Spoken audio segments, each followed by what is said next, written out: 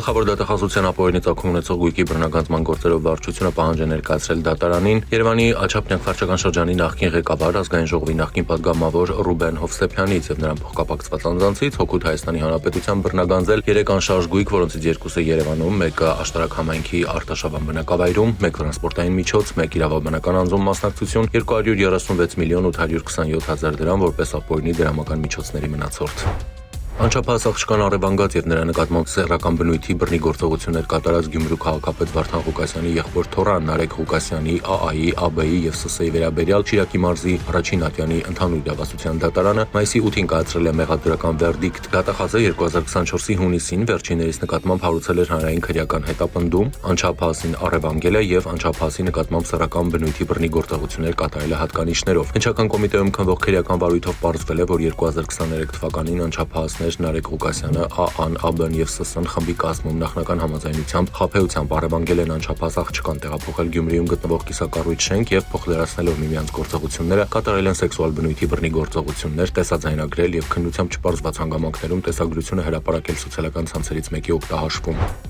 Ընտրակաշարք տալու ստանալու դեպքերի առիթով հակակոռուպցիոն կոմիտեում քննվող քրեական վարույթի շրջանակում ձերբակալված անձանցից 2-ի նկատմամբ որպես խափանման միջոց կիրառվել է կալանքը, 1-ի նկատմամբ տնային կալանքը։ Նախորդին հակակոռուպցիոն կոմիտեի ծառայողների կողմից իրականացված օպերատիվ հետախուզական միջոցառումների արդյունքում փաստական տվյալներ էին ստացվել այն մասին, որ մեր ձևով ազգային արժեքների պահպանության կազմակերպության գրասենյակի ղեկավարը ազգային ժողովի ընտրությունների ընթացքում ուժեղ Հայաստան կուսակցության օգտին քվեարկելու պայմանով ընտրելու իրավունք ունեցող մի շարք քաղաքացիների տվել է ընտրակաշառք։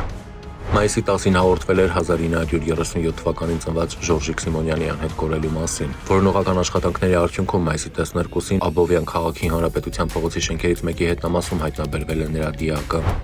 Մայիսի 11-ին հաղորդում է ստացվել, որ Մասիս Էջմիածին խճղում գտնվող ավտոլվացման կետի մոտ մի խումբ անձանց միջև վիճաբանություն է։ Պարզվել է, որ մի խումբ անձինք վիճաբանել, հայհոյել, հարվածներ են հասցրել միմյանց, ինչից հետո դեպքի վայրում թողնելով իրենց մեքենաները դիմել են փախուստի։ Վիճաբանության 3 մասնակից ձերբակալվել է։ Հետո հայտնաբերվել ու ձերբակալվել է վիճաբանության եւս 6 մասնակից։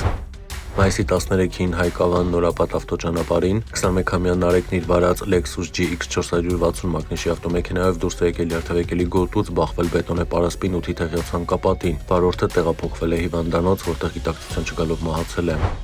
Մայիսի 13-ին Հովո մակնիշի բեռնատարը Երևանի Դավիթ Բեկի փողոցում դեռևս անհայտ հանգամանքներում դուրս է եկել երթևեկելի գոտուց ու մխրճվել բնակչի տան մեջ։ Վարորդը, ով արգելափակվել է ավտոմեքենայում, տեղում մահացել է։ Մայիսի 13-ին Երևանի Դավիթ Բեկի փողոցում բախվել են Mercedes, Mazda եւ Opel մակնիշի ավտոմեքենաները, 1 հոգի տեղափոխվել է հիվանդանոց։ Մայիսի 13-ին Երևանի Այվազովսկի 4 կոտորակ 14 հասցեի մոտ բախվել են Հանրապետության պաշտպանության նախարարության հաշվեկշռում հաշվառված ավտոբուսը եւ Հարավկովկասյան երկաթուղիներ ընկերությանը պատկանող գնացքը։ Տուժածներ չկան։ Մայիսի 11-ին տեղեկություններ են ստացվել, որ նախորդ օրը ժամը 17-ի սահմաններում Ստեփանավան քաղաքի բնակիչ 3 տղամարդկանց միջև Գյուլաքարակ համայնքում գործող ռեստորաններից մեկում վիճաբանություն է տեղի ունեցել։ Պարզվել է, որ ալկոհոլ օգտագործելուց հետո 45 եւ 44 տարեկան տղամարդիկ վիճաբանել են համաքաղաքացու հետ, ձեռքերով հարվածներ հասցրել նրան, պատճառելով մարմնական վնասվածքներ։ Տղամարդիկ հայտնաբերվել եւ անմիջականորեն ծագած հիմնավոր կասկածի հիմքով ձերբակալվել են։ Նրանք կազմված փաստաթղթերի հետ ներկայացվել են Ստեփանավանի քննչական բաժին, նախաձեռնվել է քրեական վարույթ, հանգամանքները պարզվում են։